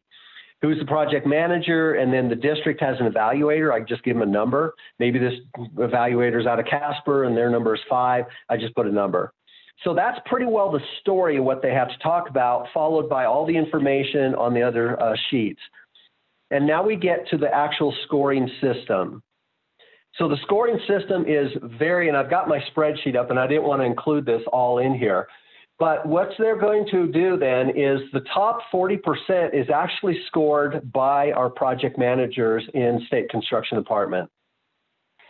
So the first thing we ask, and we actually vetted this out through participation by school districts and the commission and our department in the past, and we came up with percentages of what we thought everybody together, and the commission voted on it and valued it, of what weighting would there be in the scoring matrix of a project. And so this is what it came up to, and it actually adds up to 100%. But 40% of that is actually scored by the project managers. And only one of those things are actually scored by them as in subjective versus objective. So in other words, scope, estimate, and budget worksheet. So the project managers will look at this, and it's a drop-down menu, and they can do the scope and the estimate, the budget, and photos are included and detailed, or they're included but they're not very detailed. That would create a different score. Or they're not included at all. They're absent. That would create a lower score. The next one down is main. They look at the main system score. So up above, as you recall, they had a main system score of a poor, number 2. That's verified through the project manager. But is it excellent, a score 5, a good, a fair, a poor, or it's crisis and failure? So that is driven specifically by our independent condition assessment, and that automatically generates. So the project managers aren't making it up. All they're looking at the condition assessment, and they're making sure they rate it choose that scoring element, and then it will automatically generate the rating and the score. Major maintenance percent of requests. So one of the questions is, okay, so just because you're a large district and you have 5 roofs to repair and they're each $1 million, that's pretty well a large district's annual payment. So I'm not so sure it's always a positive or 100% correlation between a small district asking for a component request versus a large district, because a large district has a lot more buildings it has to take care of. But anyway, the percent of request, a major maintenance payment request, is scored. And so if it's like 300% or over, it generates a 5 score, which generates a lot of points. Or if it's down to less than 25%, it generates a 0. And so we do look at this request and how is it compared to their annual major maintenance payment. And if it's a low percentage, then it's scored lower. If it's a high percentage, it scores higher. Previous component ranking, we talked about that the previous ranking, were you on that? You get some credit for that because you're being persistent. And then building FCI, the FCI score in here is a 0.38. And so we actually break it down from a 0.65 to a 0.52 as a 5. The greater the need, the greater the score, which generates the more value to that one. So that's just the project managers, that's 40%. Once that's done, it is then forwarded to the school districts, and we have 12 district representatives, independent, and they actually score each and every one of these requests also. So every one of these requests is scored, and this is what the school district representatives score. Health and safety, that's worth 25% of the 60% they do. And on health and safety, is this imminent threat to occupancy? Is it a moderate threat, a low threat, or no threat at all? If it's no threat at all, you're going to get a 1. If it's imminent threat, then they get a 5. Additional affected systems. So those additional systems that go along with the main system, is there a direct effect on the main system, a partial effect, no effect at all? There is no secondary system, that would be 0. And then urgency is also scored, and they choose from, is the timing of funding urgent in the scorer's opinion? Is it somewhat urgent or is it not urgent? If it's not urgent, they get a very low score. If it's urgent, they get a high score, and they have to demonstrate that through their information. And then last of all, major maintenance funds prioritization. So this goes back to Representative Summers' question, which is, listen, I mean, why aren't they spending major maintenance on this? We actually tell them, you show us in the next year or two what you're spending your money on, and show us, and we have that in our database. And we're going to show this committee score, the district representative, the 12 people, we're going to show them exactly what their priorities are. So if there's a roof sitting over here, but they're replacing carpet, that shows, and it shows us their priorities. And so that one is all projects, all major maintenance projects ahead of this request are more important, or are they, or just some of them are important, or you know what, in my opinion, as a score, I don't think any of them are more important than this roof. And so they also score that. So with that, I'm going to slow down, Mr. Chairman, and I wanted to go through that because it's a very, very thorough process. And all the elements that I think Representative Summers was concerned about, I think are pretty well addressed in this process for scoring. And so a parking lot may rise to the top because it's gone through all of this vetting of scoring and weighting and project description and comparison to major maintenance availability and threat to health or safety or whatever it is. And sometimes those things do rise up on the prioritization list. And then finally, this does go, and it's only a recommendation, it advances to the commission, and then they look through it and they make a final decision.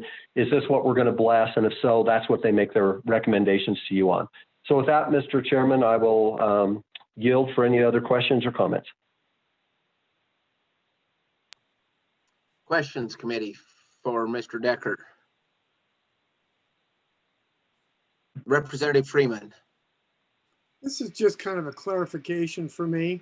So you have a request for this component request, and they want a roof, but then you notice that they're putting in carpet, maybe with the anticipation that they're going to get a new roof. How would that be handled? So sure, thank you, Mr. Chairman, I'll answer that. That is handled again through the scoring matrix. That's only a portion of, that's a portion of, so just because, let's go back to Sheridan 3, the smallest district in the state. And let's say that they have again, I'm just making it up, a $500,000 roof that needs to be replaced, okay?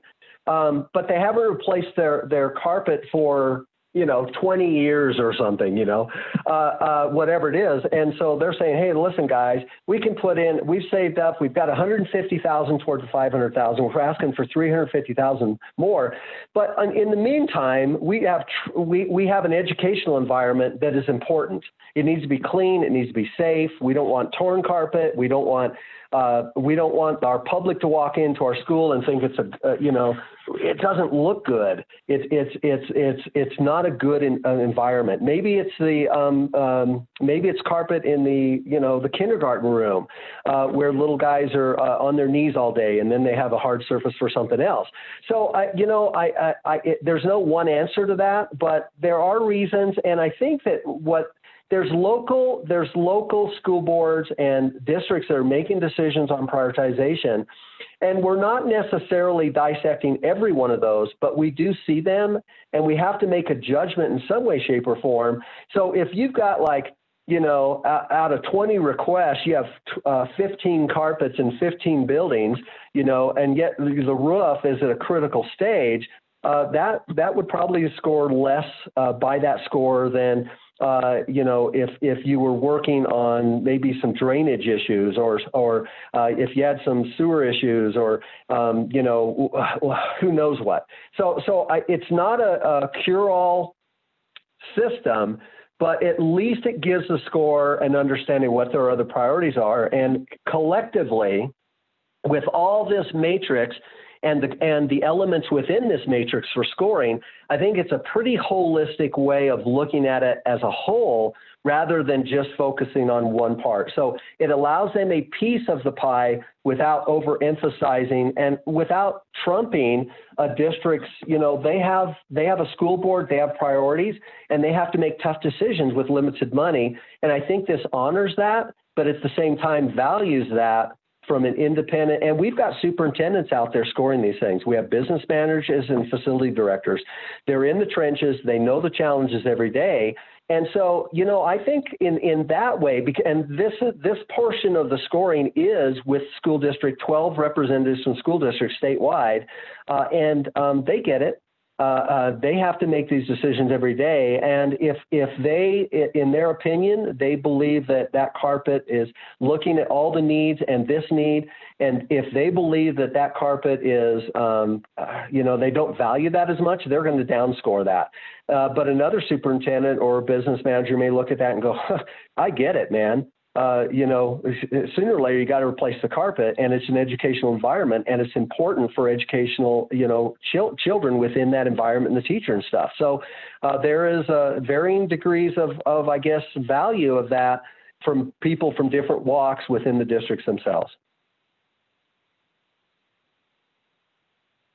Senator Bebout. Yeah, thank you, Mr. Chairman. And boy, that's a thorough process, and you went through it, and I think that really helped me a lot in understanding it. But the thing I still get back to is the larger districts, of course, have full-time people that they're in charge of facilities, and they understand that you take the smaller school districts and even the medium districts may not have a full-time facilitator or staff person, whatever the terminology is in their system to look at and complete these projects. So how do you treat a school like the smaller school districts? Take, you know, you mentioned Sheridan District 3 or Ten Sleep, or, you know, up in my area in Fremont County where I have mostly small school districts. How does that work out where they don't have the internal help and assistance to prepare these forms? Thank you, Mr. Chairman. So thank you for the question, Senator Bebout. So I think that you handle that in several ways. Number one is major maintenance funds are available for them to hire a professional service provider to assist in the process. And even the school districts, large school districts do that. So because it's related to major maintenance, at least origin of reason to request, that major maintenance is an important equalizer in the preparation of and assistance to these districts to prepare these requests. Secondly, our project managers are absolutely available. We tell them that multiple times in this process. The project managers are in regular contact with their school districts, and they're aware. If maybe you've got a smaller school district, but they've been around for, you know, maybe it's the facilities director's been around for 15 years, and they know this process. They've actually been a scorer in the past, maybe, and so they really don't need much help. And so they just roll with it. But we're available. Our project managers are. But maybe it's a school district and this person's just brand spanking new and they don't know anything about this. Our project managers are available to jump in the trenches, walk them through the process, and really assist them. And I think assist them. And I think the reason we do this on off years is because we want a process that is, like I said, from beginning to end is about 8.5, 9 months. And so it gives a lot of ample time. So they've got multiple resources. And to be honest with you, I think the small districts have just as much opportunity to do this well and to have help as the large district would have. And I think the process encompasses any size district across the state.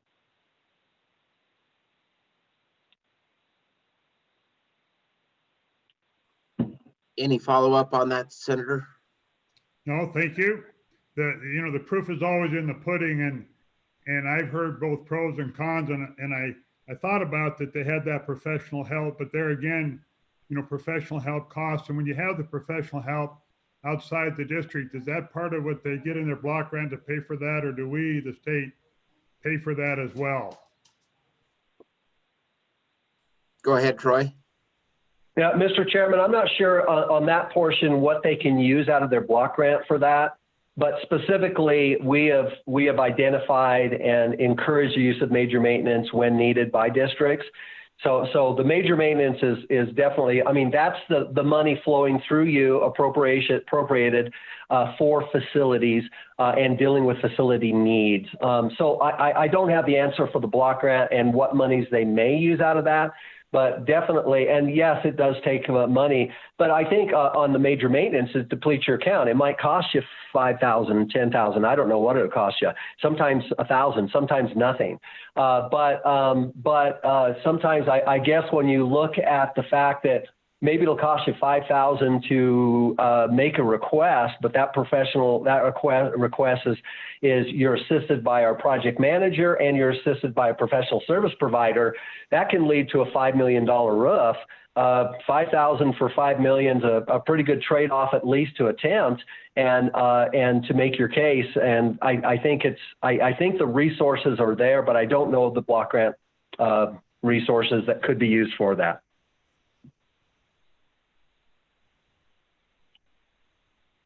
Okay, further discussion on this presentation. Not seeing any hands come up, so I think the questions have been answered on the major maintenance question of how those are not major maintenance component level projects come about and how they're prioritized. It seems that the questions have been answered. So I think that wraps up our presentation from State Construction School Facilities. Before we wrap it up, are there any general questions that haven't already been asked for State Construction School Facilities Division from the committee? Senator Landon. Mr. Chairman, thank you. I just had a question with regard to whether the state construction folks had heard anything with regard to CARES funding, if anything was forthcoming, or if there were any earmarks that might allow select facilities to support the use of such funds. It comes to mind that we have a lot of nursing stations in our schools. We have training rooms. I'm kind of reaching here, but we're on a short time frame to prepare for a next special session that we will identify some issues and be discussing what we might do with federal stimulus dollars. So just curious, has anyone heard anything on that front, either from the districts or from the feds or from the state? Mr. Finney? Yeah, Mr. Chairman, Senator Landon, on the school side, I have not heard of any use of those funds for capital construction. I did speak with our legal counsel. He was writing up some documents and I asked that specific question. And he said that he wasn't aware of that. Okay. Any further questions for school facilities? Representative Summers. Mr. Chairman, thank you. Brandon, just a question, and I'm sure you've turned over all the rocks, but all the questions I've been asking are really, how do we find more value? How do we save money? So I'm sure you're rolling those things around and working on that as well. Have you come up with, any solutions of how we save a little more money in the construction process? Go ahead, Brandon. Mr. Chairman, Representative Summers, I'm sure we could go through and work with our engineers. I mean, look at lessons learned and evaluate some of the pros and cons, and always look how we can create more efficiencies. We have a lot of statutes and governing documents, so if we wanted to open up any of those avenues, it may entail a rule change or a statute change to deviate from the tracks that we're currently on. But I imagine there are some opportunities, and we could definitely look into some of those. But right off the hand, I don't know of anything that is a smoking gun. Obviously, the capacity and utilization, capacity drives schools. So in playing with that number, which we did play with a few years ago, wasn't fun, but all options are out there.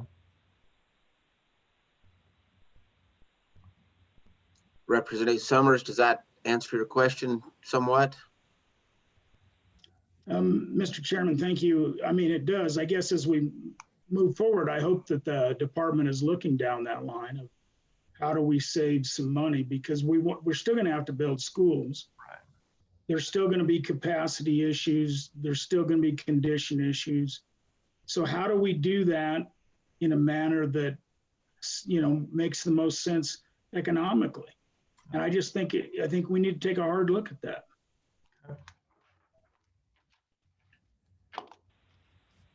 Senator Bebout. Yeah, thank you, Mr. Chairman. And speaking from years of experience in this, and it's just, I don't know how you do it, Brandon, but if there was a way, and I've seen this happen, when you look at a state project or a federal project, the bidders that work on those bids, they really look to the engineer's estimate and the appropriations. And you'd be surprised, and I've analyzed this to the extent that, that in my business and how I participate, the relatively closeness to those particular bids to the estimates that's provided by the state. You go to the private sector, and I've seen bids, a lot of times they never publish them. Of course, you never know where you stand, but sometimes they have, and you'll see a range of 30% just because nobody anticipates in terms of what the state's willing to spend or what the private sector is willing to spend, but how hungry the contractor is. And it's sort of an interesting scenario. I don't know how you relate that or get that to the state to be able to do what we do. And you're doing a great job on how you're proceeding, but if there was a way to more or less try to utilize how you do it in the private sector, and I bid in the private sector, sometimes I don't have a clue whether I'm 10% under or 20% higher, and they just don't want to use me. But in the state, it's so about, you're so about transparency, disclosure, and all of those things that I think it hurts you. I don't have a solution. I guess I wish I did. Maybe that's something that this committee might consider later on, but to me, that would save at least 10 or 15% if you could figure out how to do the private sector side versus the way this government runs. Thank you. Mr. Chairman, through you, Senator Bebout, thing that comes to my mind is I'd applaud our commission and the methodology that we use. We get planning funds. And back in the day, several bienniums ago, we used to get X project, X district, X dollar amount. And it came in, you might not believe this, but it came in at that dollar amount or a couple grand less every time. We converted and switched to a request to allow us to have a bucket of funds for planning. And then out of that, we would peel off through commission approval a particular project. We go forward once the need arises for that planning. Our commission would give us the authorization to move forward with procuring those services, but we didn't know at the time what they would cost, and we have seen savings doing that. And we also have a phenomenal finance team that's able to track all these dollars so we can accept those types of larger, essentially buckets of money, and we can track and report to the legislature. So we have processes in place. It works on what I would call the tinker-itis, the littler stuff. We have never implemented that methodology on the bigger scale. But we definitely have the people, the processes in place, and we've been doing it at a smaller level really well. Thank you, Brandon. Keep up the good work on that front. Any other questions for school facilities? Senator Landon. Mr. Chairman, thank you. I think some good points have been brought up this afternoon, and maybe whatever thoughts, Brandon, you and your crew would like to bring back to us on our second meeting. By that point in the year, I believe that we'll be shifting away from our reaction to pandemic issues and more into the realm of where do we go from here. And it seems appropriate, Mr. Chairman, that we could even carve out a little bit of agenda to talk about any thoughts that we might want to take forward. But just a suggestion, and that's up to you, Mr. Chairman, what you think on that. Sounds like a great idea. All right, seeing no other questions for school facilities, that brings us to the end of our agenda. So Karen, was there any other people that have signed up for any public comment? No, sir, we haven't received any other public comments. Okay. Mr. Chair? Yeah. Mr. Garland. If I could, thank you. When I talk about the bidding process and the concept of saving money. Mr. Garland, you sounds like you have a radio on in the background. We're getting quite a bit of background noise. Okay, let me try that. Is that any better? Much better. Okay, thank you. Yeah, for many years I did highway work and went through that process. The engineer's estimate, you know, they put out the programs for what's coming up is rough budgets, but the engineer's estimate of that project is never given out until the day of the bid and after all the bids have been turned in. So I think they get a more competitive bid on the highway projects than what we do on the school buildings. And then there's another aspect in there. If the bids come in over 10% higher than the engineer's estimate, the Highway Commission rejects those bids and rebids them. Not all the time, but a good portion of the time they do. So they have some things in place that we might utilize. I don't think we should let our budget numbers out there of what we're planning for these buildings. And I think it would save us money in the long run. So I just wanted to add those comments. Very good. Brandon and Anna, maybe we could look at rule changes or statutory changes that may be needed to allow for that, for those bid numbers, or not bid numbers, but engineer estimates and some of those numbers to be held closer to the vest until after the bids come out. If we're needing to make any, then we could start working on those through the committee process. Just in case, it seems to be a theme that's came up multiple times today, is we need to do a better job of getting a true competitive bid instead of releasing the number we're willing to spend. And I don't know if there are some statutory restrictions causing that, or rule restrictions within the rules. I don't know that there are, but maybe we could look into that between now and the next meeting. Yeah, Mr. Chairman, this is Brandon. First thing that comes to my mind is in those House Bills 50 through 52, gives the authority of the state construction department to write rules and regulations on procurement. And that would probably be, that's my first gut of where we'd want to put those types of procurement practices and procedures in, at least the brush strokes, and we're developing that. So we'll take that into consideration when working with the consultant and the team. Thank you. Okay, anything further? Anything further? Senator Landon. Well, just a final thought, Mr. Chairman, regarding your thought about maybe even a piece of legislation. I never thought about the statutory level with what you were just talking about. I had kind of leaned toward even a letter of reference forward to the Appropriations Committee, as you might remember. And I think there might be some room for bill consideration if there's some modifications in statute that we need to consider. But on beyond that, in that second meeting, Mr. Chairman, let's make sure that if some of that's not covered in statute, and it's just sort of process that we've adopted, let's make sure that we send information on up the ladder to the Appropriations Committee and to the legislature that we want to change the way we're doing things so we can maybe save some money along the way. Absolutely. Representative Summers. Mr. Chairman, thank you. So there's one I guess I want to go back to the issue of enhancements. And I really do believe that we should require a sinking fund be created when an enhancement project is put in place.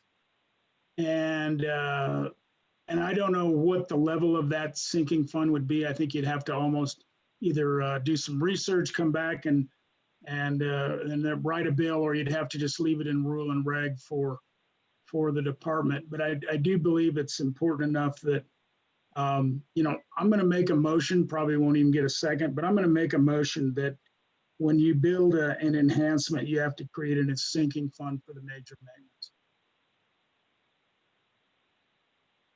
Senator Bebout, was that a second? Your thumbs up? Mr. Chairman, yes, it was. Okay, so there's been a second to the motion.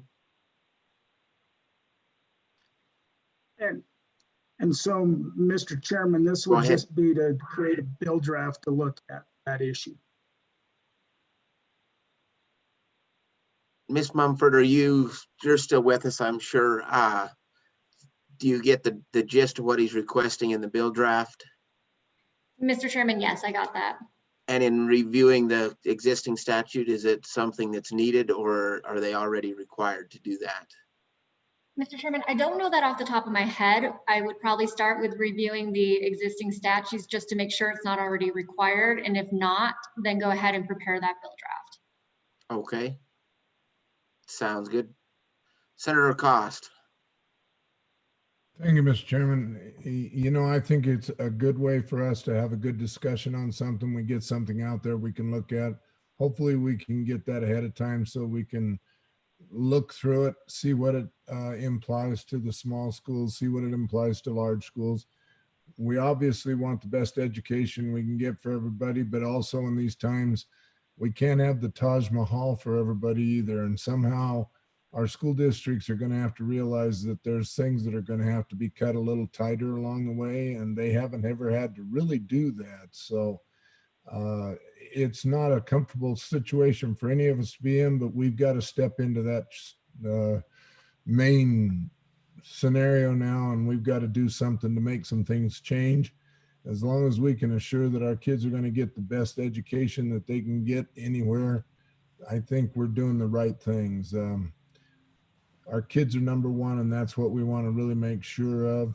I think looking at class sizes, looking at the sizes of square footage, looking at all those things have the potential to change some of it. These guys in the facilities are doing a heck of a job, and I know they're working very hard. So I give them nothing but hats off to them. But at the same time, we're going to have to see if we can tighten that belt. Senator Bebout and then Senator Landon. Yeah, thank you, Mr. Chairman. And then Anna, if it's okay with the two chairmen or with Chairman Walters, I believe we have in our statutes, I don't think we have anything for K through 12. I think we, especially on the enhancements, I think we have it for the community colleges, but there's been a lack of it actually occurring.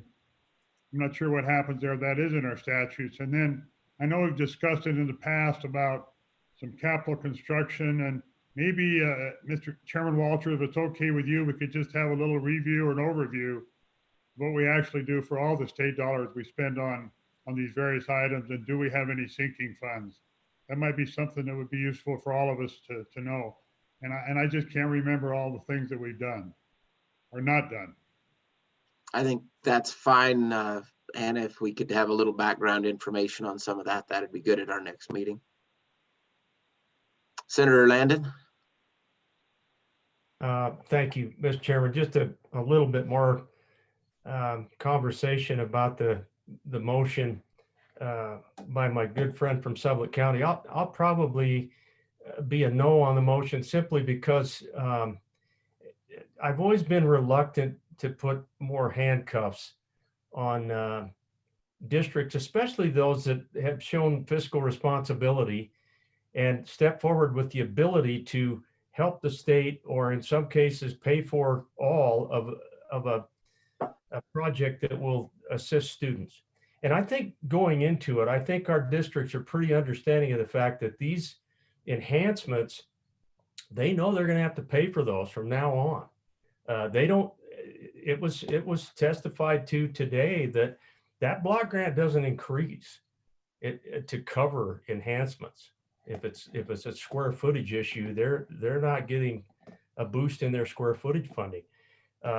So for me, I'm just reluctant to impose more restrictions there, and so I'll probably be a no. Thanks. Senator Rothfuss, go ahead. Thank you, Mr. Chairman. Yeah, I agree with Vice Chairman Landon on this. We've been stacking on additional responsibilities and additional requirements over the years, a lot more than we've been freeing things up and allowing innovation, allowing creativity, and allowing flexibility. The number of dollars that are available, that's the limiting factor, and that's our challenge.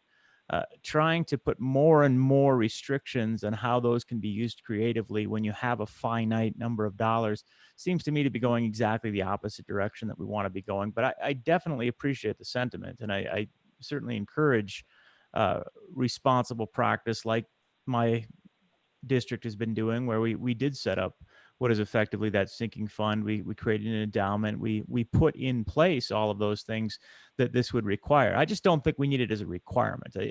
Anytime we're adding on top and just layering the restrictions at this point, I think we're doing more harm than good. I'd love to see us at some point, and it's probably not this year, unfortunately, kind of go the other direction and find ways that we can give more tools and more flexibility to our districts to implement their own local control in a way that gets them towards their educational objectives. And I don't think we're going to do that through more rules and regulations. I agree. Our department and the commission have done a great job implementing the laws, the statutes, the rules that we have in place, but that doesn't mean we need more of them. Senator Bebout. Then I will get to you, Representative Freeman. Senator Bebout, go ahead. Thank you, Mr. Chairman. And I hear what my colleagues in the Senate are saying. I guess I would disagree with them. And first of all, we're talking about a draft to move ahead. But more importantly, a lot of these enhancements are done with school reserves. And of course, that's money that goes to the district, but that's still taxpayers' dollars. And I see nothing wrong with asking them. And I really like what Laramie did. I think that was the way it should be done. They should use local resources, local money to the enhancements. But in areas where they're not doing that, there's still money's money, and that money comes from the block grant and they have in their reserves. I guess they have the right to choose that, but I think we're being, fiscally responsible. We say, okay, if you're going to spend X amount on whatever enhancements you want, you got to have a sinking fund, because ultimately at the end of the day, they'll come back, and we understand that down the road. They'll be looking at it, even though the statutes may say this and that, it'll be looming out there, and it's just good management of our dollars. So I would hope that we would move forward with this amendment or this proposed bill draft. Thank you. Further discussion on the proposal. Oh, yes, I'm sorry, Representative Freeman. Had you on my list and couldn't read my own writing. I understand that. I probably won't vote for the motion now, but I would really like to see the information come back to us. And I think this is something that we can reconsider. I'm aware that you have to have a sinking fund with community colleges, but with school districts and even the University of Wyoming, I think that this is something that the legislature has to protect the state going forward, to where that if we have a massive donation or that the school districts are able to pass a bond issue, that we have a mechanism to fund the maintenance in the future. So I'm looking forward to what Anna can bring forward, and then we can reconsider it at that time. Any further discussion? Representative Summers, take us home. Mr. Chairman, thank you. I'll just be brief. I just think it's fiscally responsible of us to do this. It's just, I think, a good practice to make sure that if we're going to allow enhancements out there, that there be funding available for major maintenance when those projects are bid. It's just good responsibility. If we had a lot of money, we'd raise the We've tried that. We'd raised the major maintenance money to 2.5%. We know it's needed. So why don't we at least on these enhancements, at least try to fund some of that major maintenance, because we know we already have those dollars stretched too far now. So appreciate the support. Bye. Okay. I'm not seeing any more discussion. I think the easiest way to do this, all those in favor will raise your hand in front of your face.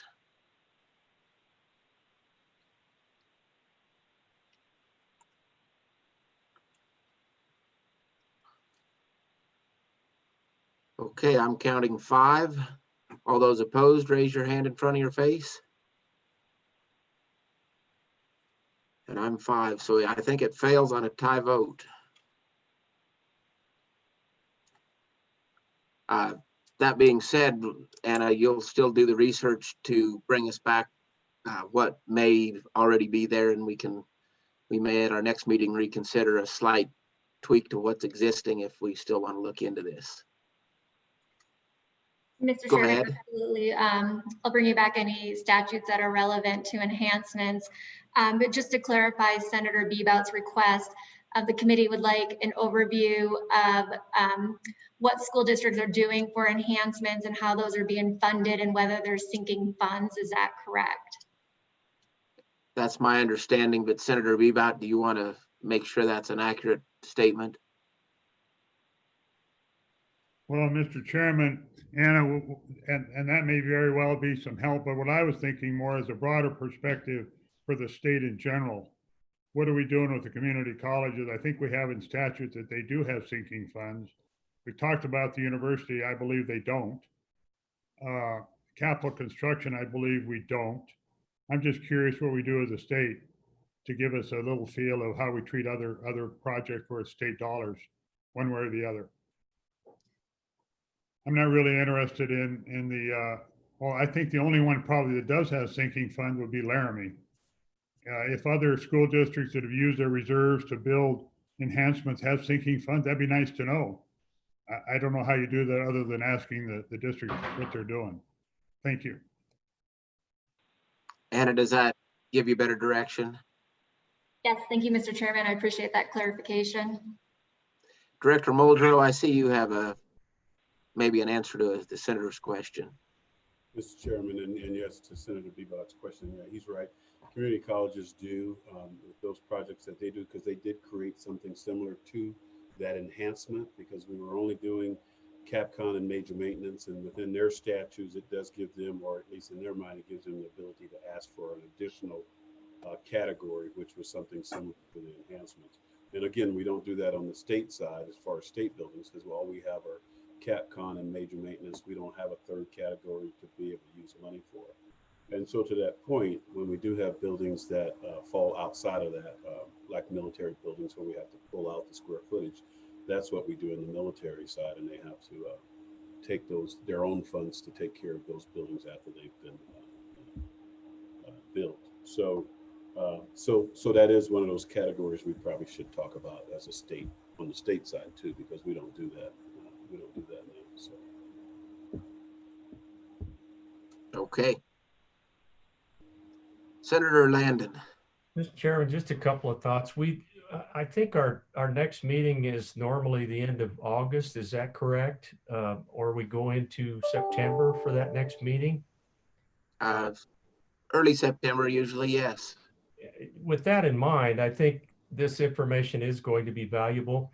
We will kind of shift gears by that time, I think, in the legislature, and we'll be sort of examining different things. I think at that point, I'm going to be listening really carefully on this issue. For example, that, you know, we may want to forward a bill for that late October meeting with regard to enhancements or whatever. But, you know, with that September meeting in mind, committee members, I would encourage, I think if we have anything else that we want to encourage the chairman to stick on the agenda in that regard, let's be thinking about it. Because by the time we get to September, it's going to be important times to talk about revenues and budgets and where we're going to go from here. So Thanks, Mr. Chairman. Thank you, Senator. Any other requests of the committee at this point? Senator Cost?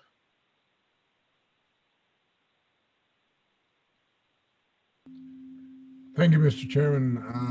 I have a funny feeling that there's going to be some surprises when it comes to sinking funds and the options on extra buildings. I think that you're going to find there are more that don't have that set aside than that do. I think they use their block grant major maintenance funds to cover all of it. So it'll be interesting to see what kind of information I think it could all sides and no.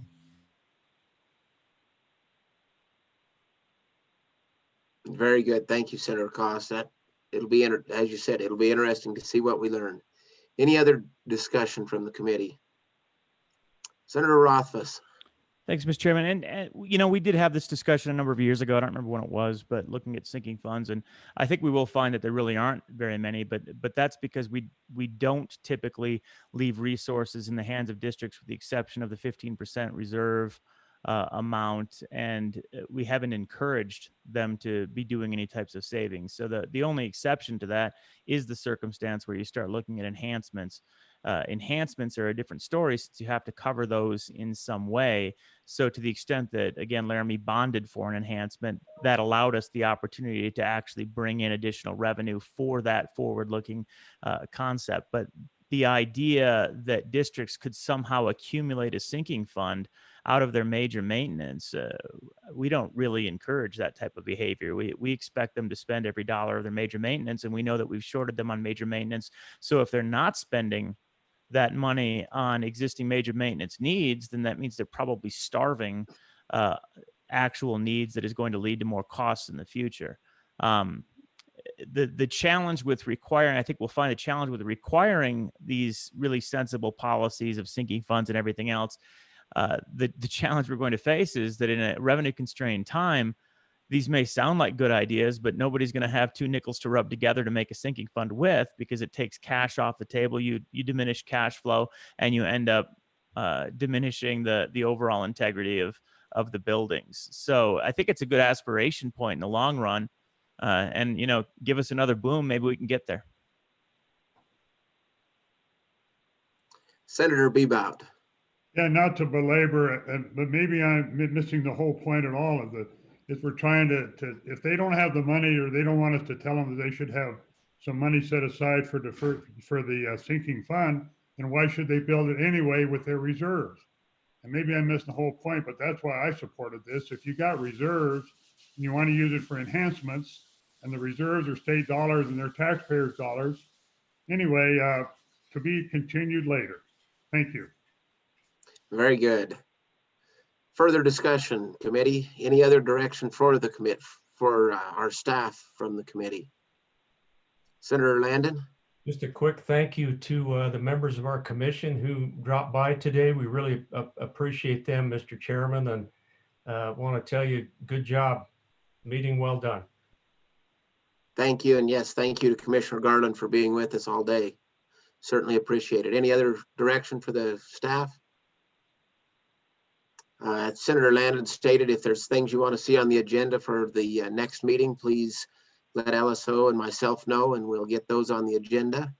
And beyond that, I think we're all wrapped up. Anna, is there anything else you need from us? No, Mr. Chairman. Okay. With that, I think we're all done. Thank you very much. Meeting adjourned. Thanks, everyone. Take care.